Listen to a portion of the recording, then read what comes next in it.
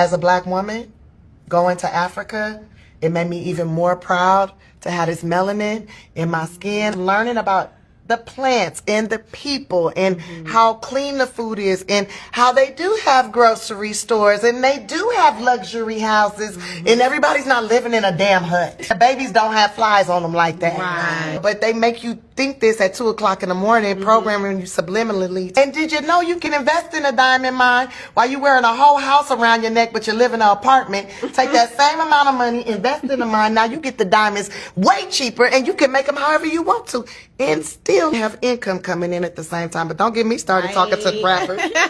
Tell me you rich without telling me you rich. Show me your deed to the diamond mine. Show me how you put money into a village and helping them thrive. It's not that much money. Some of these dudes spend that much money at buying bottle service in the club. You could save people's lives with that amount of money you use to poison your liver.